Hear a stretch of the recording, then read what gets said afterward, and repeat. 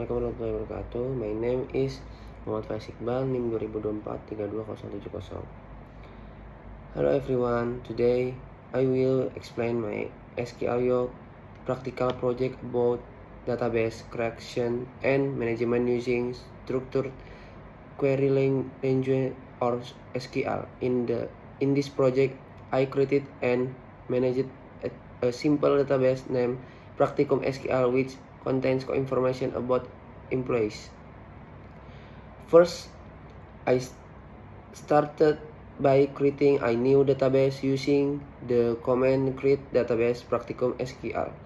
After that, I selected it using use Practicum SQL so that all the next command will apply to this database.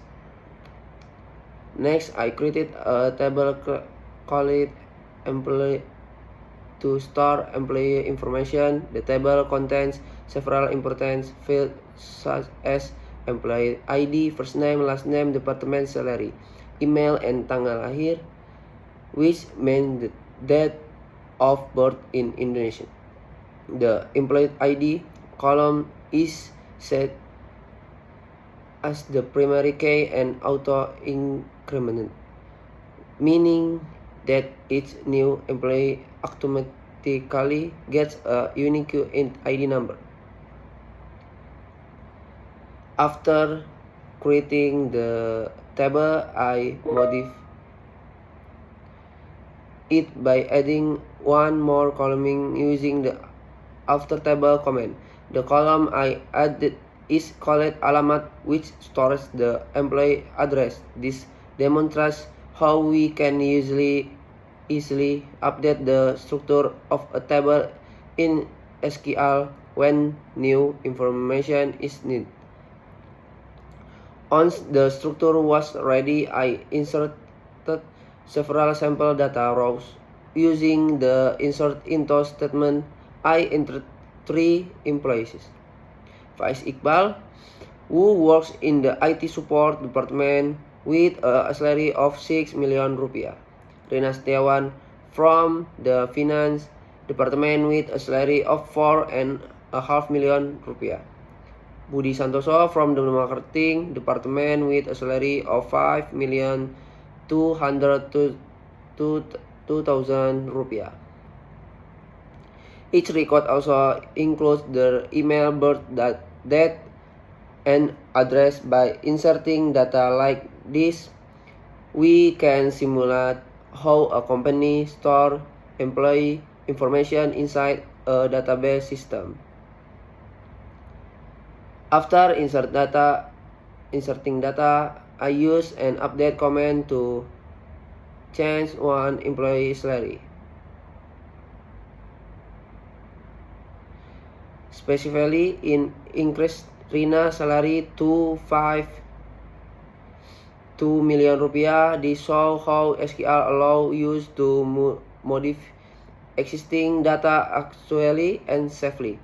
Next, I demonstrate how to retrieve specific information using the select statement, for example by typing select from employee where salary. I can see all employees who earn more than 5 million rupiah. This kind of query is very useful for analyzing employee data such as finding high income staff of generating financial reports. Through this practice, I learned the basic yet powerful capabilities of SQL, including how to create database, define tables, insert and update data, and filter information using conditions. I also learned that SQLio provides a very friendly graphical interface for managing database, which makes it easier to execute commands and visually result. In conclusion, this practical exercise helped me understand how real-world data is stored and managed in an organization. SQL is not just about writing commands, it's about organizing information efficiently so that it can be accessed and analyzed easily. By mastering these skills, we can support various areas in information system, from employee management to finance and reporting. Thank you for listening, and I hope this presentation help explain the basic concept of my SQL York database project. Wassalamualaikum warahmatullahi wabarakatuh.